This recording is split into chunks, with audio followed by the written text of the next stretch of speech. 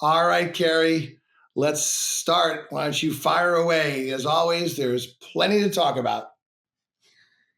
Yeah, no, there's a lot. It's interesting to see that the way that the country is going, the left has, in my opinion, not realized that they need to change. You see them throwing Molotov cocktails into Tesla dealerships.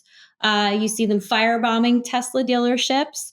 You see them obstructing in the Senate. This is an 80% thing to keep men out of women's sports.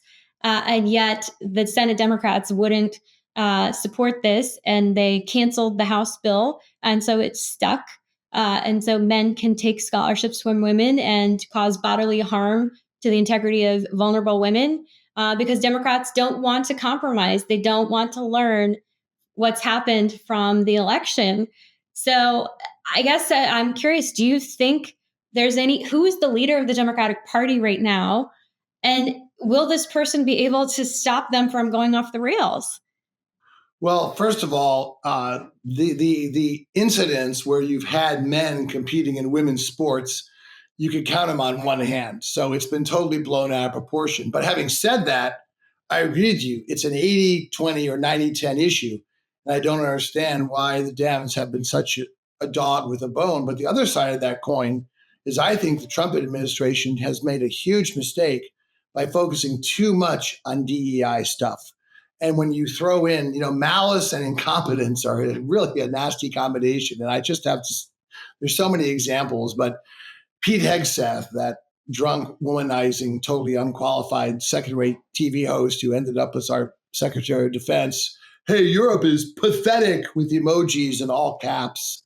It's like the little kid who's trying to be cool because he knows he's in over his head. But in any case, they're trying to get words off the Pentagon website, and one of the words was gay. So literally, they took out Enola Gay, which, in case those of you who may not be up as much on your World War II history, that was the plane that dropped the bomb on Hiroshima. But this is just a typical example of the incompetence and the overreach. So what the president is not focusing on is the reason people elected him, which is lowering prices and addressing inflation. He said, I could care less if car prices go up. So already he's way underwater with the economy. This tariff thing is going to be a fiasco. People say, oh, no, he's just negotiating. Actually, no, tariffs are one of the few areas where he's been consistent over 40 years. He just likes tariffs. He doesn't understand how the global economy works. So we're really in for a nasty run. Will you at least acknowledge that his course in terms of trying to lower prices has been, to put it kindly, not ideally followed?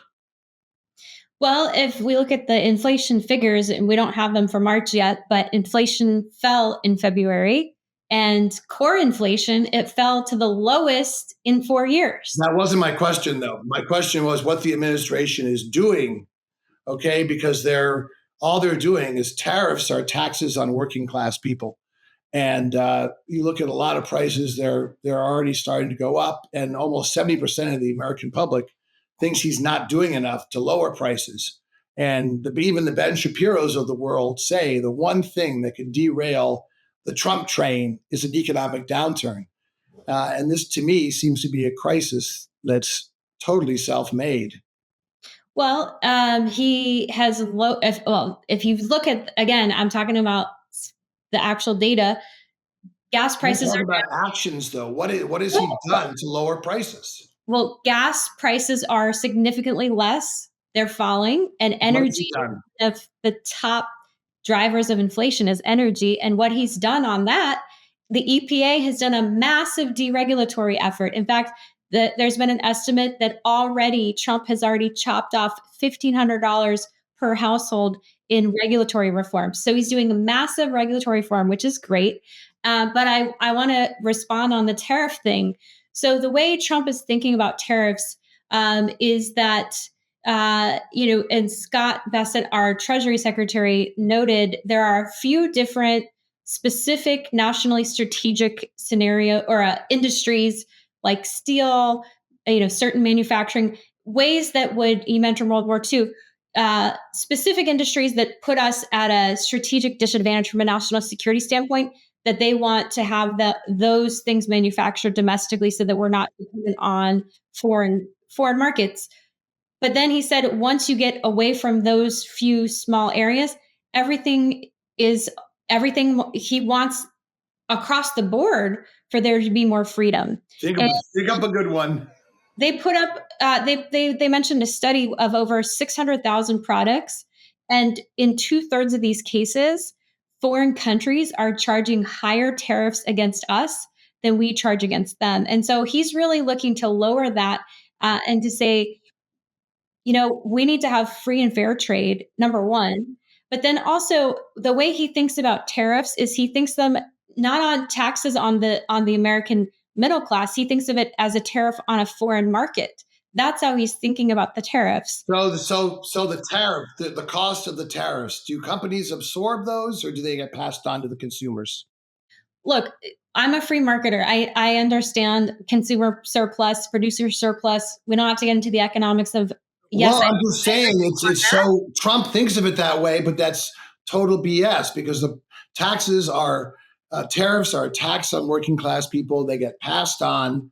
And this idea, you have some simpleton like Peter Navarro is saying, oh, we're going to raise 6 trillion over 10 years. Well, that's money that comes directly out of the pockets of working class people. That's the irony of Trump's economic policies is they screw the people that he is claiming to help. And again, we are the main problem. There's so many problems with this administration, but the main thing is they are disassembling brick by brick the world order that we've had for the last 80 years, whether it comes to our alliances, whether it comes to global trade.